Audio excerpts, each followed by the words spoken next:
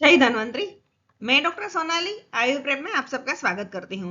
आज एक छोटा सा टॉपिक देखते हैं जो है मसी कल्पना। मसी का अर्थ होता है राख, जो कृष्ण वर्ण की चूर्ण स्वरूप में होती है। किसी भी वस्तु का जब जलाया जाता है तब वो खाक हो जाती है और राख में परिवर्तित हो जाती है, जिसे मसी कहते हैं। काफी सारी आयुर्वेदिक औषधियां ऐसी है जिसकी मसी भी रोग निवारण के लिए प्रयोग में ली जाती है। आज हम वही देखते हैं। इस वीडियो में मसी का परिचय, इतिहास, प्रकार, निर्माण विधि के साथ साथ थेराप्यूटिक यूज भी देखेंगे।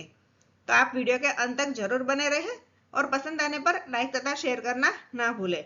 तो आइए शुरू करते हैं। सबसे पहले मसी कल्पना का परिचय और इतिहास देखते हैं। मसी कल्पना भेषज कल्पना का एक टॉपिक है।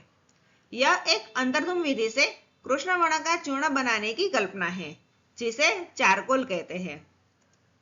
यह कल्पना संहिता काल से प्रचलित है। चरकाचार्य ने इसका वर्णन नहीं किया है, लेकिन सुश्रुत संहिता में प्राणिज औषधियों द्वारा मसी निर्माण का निर्देश दिया गया है।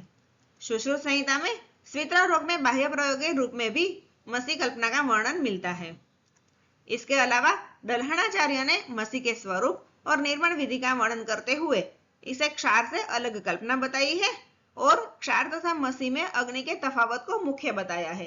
क्षार में तीव्र अग्नि की जरूरत पड़ती है, जबकि मसी में मंदाग्नि की जरूरत पड़ती है। वाग्भट और शारंगधर ने भी मसी कल्पना का वर्णन अपनी अपनी संहिताओं में किया है।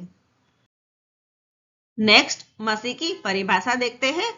जिस प्रक्रिया द्वारा औषधि द्रव्य के टुकड़ों को सराव में रखकर अंतर्धुम विधि से जलाकर कृष्ण वर्ण का चूर्ण रूप में बनाया जाता है, उसे मसी कल्पना कहते हैं।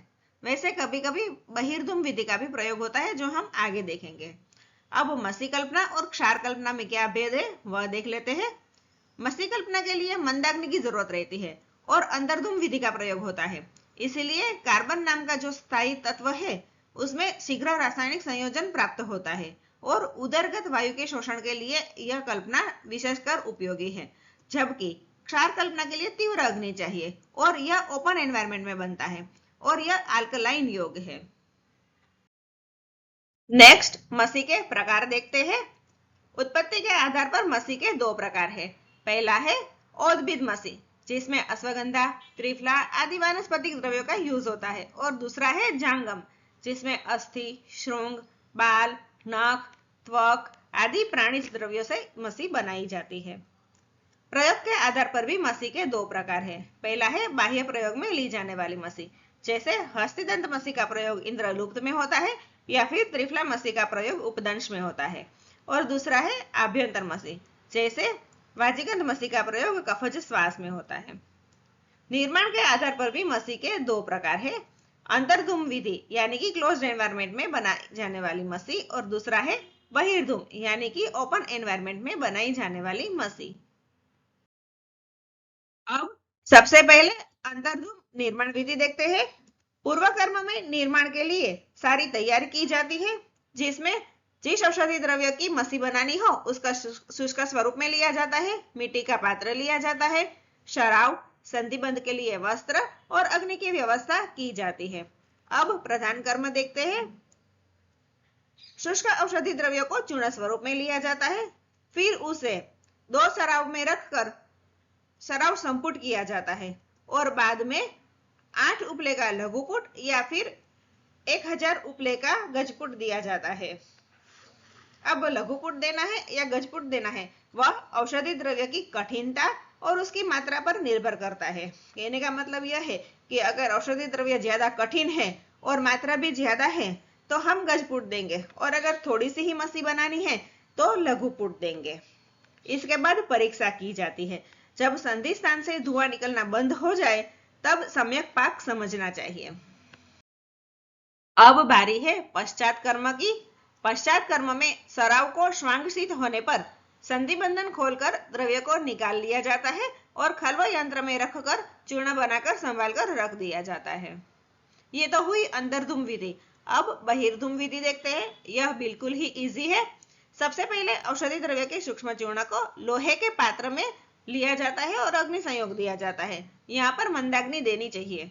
इसके बाद जब द्रव्य कृष्ण वर्ण का हो जाए तब तक द्रव्य को हिलाते रहना है और एकदम कृष्ण वर्ण का होने पर अग्नि संयोग बंद कर देना है। श्वांसित होने पर खलवे यंत्र में डालकर सूक्ष्म चूर्णाकर बना लेना है और उसे संभाल कर रख देना है। तो यह बहिर्धूम निर्माण विधि है। इस तरह से बनाई गई मसी की सवीर्यता अवधि अनिश्चित काल है, अर्थात मसी कभी भी खराब नहीं होती है। बाह्य प्रयोग के लिए तो मसी कभी भी यूज कर सकते हैं, लेकिन अगर आभ्यंतर प्रयोग करना है तो 2 साल से अधिक पुरानी मसी का प्रयोग नहीं करना चाहिए। अगर गुण कर्म देखें तो यह लघु गुण प्रधान कल्प है और इसका मुख्य कर्म शोषण और दुर्गंधनाशक है।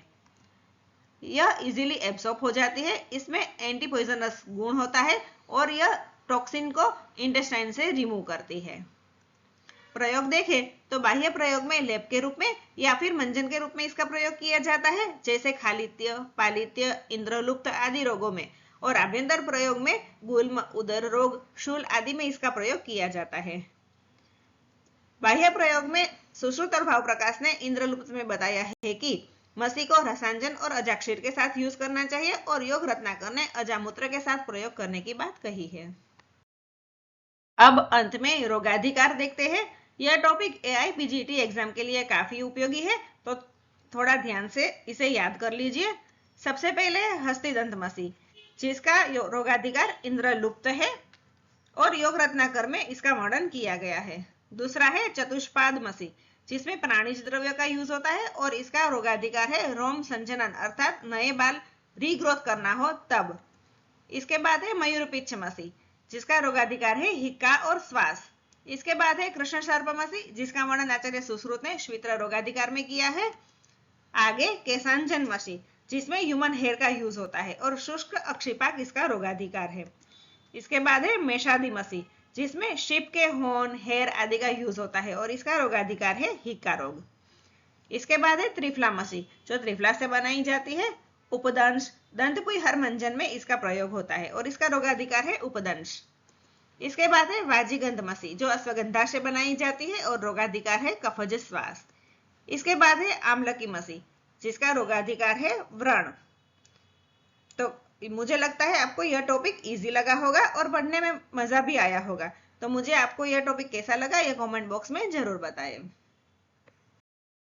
तो कैसा लगा मेरा यह वीडियो?